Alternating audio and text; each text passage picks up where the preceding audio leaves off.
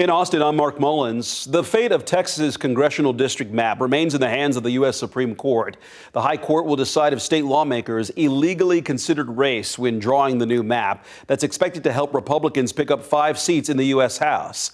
Last week, a federal court ruled that Texas cannot use the new map, but the Attorney General appealed, and the justices temporarily rolled back the lower court's ruling. Meantime, all the back and forth is leaving some congressional candidates in limbo. Daniel Perot has a closer look at where the court battle over the Texas congressional map goes from here.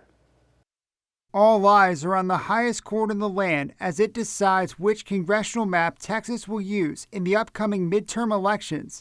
Last week, a 3-judge panel blocked the state from using its newly drawn map.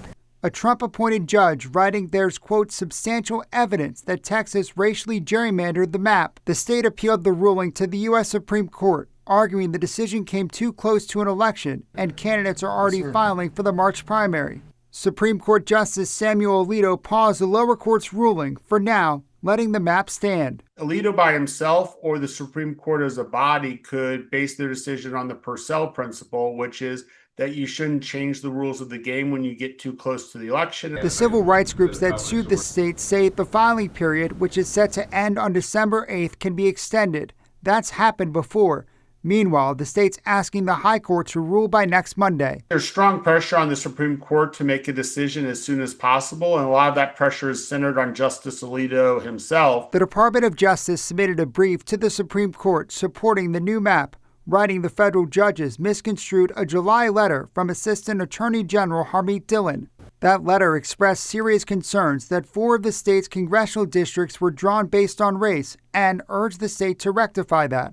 The lower court ruled that letter undermined the state's argument that the redistricting was all about politics and partisan gain. There was no reason for the letter, and in fact, it's not even clear that the letter was the real reason why this was actually occurring. In the meantime, candidates are caught in the crosshairs. Austin's Congressman Lloyd Doggett's re-election bid rests on which map the state uses in the midterms.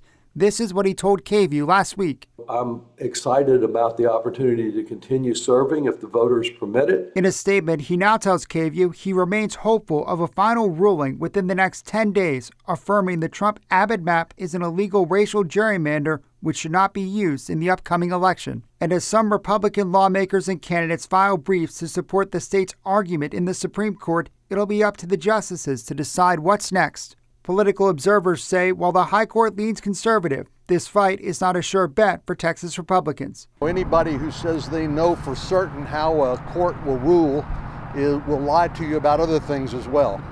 And the truth is nobody knows exactly what will happen. That was Daniel Perot reporting. Now that the groups suing the state have filed their brief, the state has a chance to respond. After that happens, the High Court can take action at any time. Manor police say automatic license plate readers helped officers recover 2 stolen cars overnight. Just before 2 a.m., police say their LPRs pinged a stolen car entering Manor, and officers found it in the Shadow Glen neighborhood. They ended up chasing it down to the Tesla Gigafactory and arresting the 17-year-old driver. Less than 10 minutes after that first LPR alert, Manor police say the cameras found another stolen car entering the city. That led to another chase into downtown Austin, and other law enforcement agencies recovered that car. Police say both vehicles involved were Hyundais, and the trend of Kia and Hyundai thefts is still going around. So they say if you have an older model Kia or Hyundai, contact your local dealership to get an anti-theft software update. Manor PD uses license plate readers created by a company called Flock Safety. In recent months, other local governments have cut ties with that company over privacy concerns. Austin let its contract with Flock end in June. San Marcos leaders voted to get rid of their cameras that same month. Hayes County ended its contract in October. Now, while police have said LPRs can help them solve crimes, many residents and advocacy groups have raised concerns about who has access to the data those cameras collect. We would be doing a disservice to every resident in this county if we didn't try to use technology to make us more efficient, stronger, and it's a force multiplier. And so it's not so much what our agency might do, it's what other agencies can do that we have no control over. Flock Safety has transparency portals online for some cities where people can track how many cameras are up in their communities and what usage policies are in place. For example, the pages show Round Rock has 38 cameras, Pflugerville has 80, and Sunset Valley has 16. Austin police are urging everyone to be mindful around this time of year because thieves know people are out shopping and ordering expensive items online. Officers say you should not store valuable items in your car, and you should keep your garage door shut and lock your home's doors. Police say if you don't do that, it's very easy to become a victim of theft. Breaking into a car is a crime of opportunity. If people see an unattended car, the first thing they're going to do is check the door handle. And if that's open, then they have free access to it. But if they see something they like, they won't think twice about breaking the window. Police tell us they're stepping up patrols at popular shopping centers during the holiday season, and they're hoping to deter thieves. And if they see a car that has obvious valuables out in the open, they're going to put a pamphlet on the window reminding people how to protect their belongings. As Thanksgiving approaches, some local high school students found a creative way to give back. Recently, Austin's Community First Village marked 10 years of helping the unhoused community and announced it's creating more tiny homes to give people a place to stay. And as Kelsey Sanchez shows us, local students are using their talents to beautify those spaces. One by one, these art pieces are being safely stored.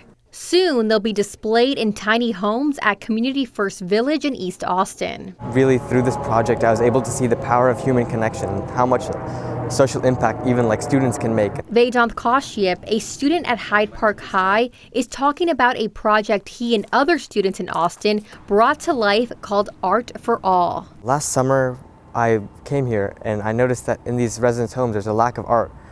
And as an artist, I really felt like I wanted to contribute, make some art, and donate it. Ahead of the holidays, students dropped off 34 new pieces, all inspired by a wish list from residents, and some were even painted by Westwood High student Maya Rajan.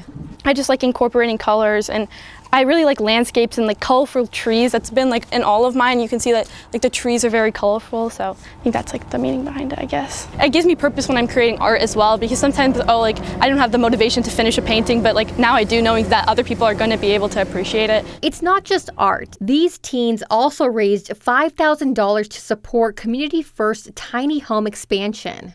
Hyde Park High student Charlotte Cohn led the fundraiser. Homelessness is just such a big issue in Austin. It's so easy wherever you're going to see people on the curb, and I just really wanted to make an impact. And they hope these colors brighten these homes just a little more. And to bring a little piece of that to these residents' homes is very important, as I think art is a way to create attachment and sentimental meaning. And if they can create their own sentimental meaning to what I created, it's just the best of both worlds, I think. In East Austin, Kelsey Sanchez, KVUE News.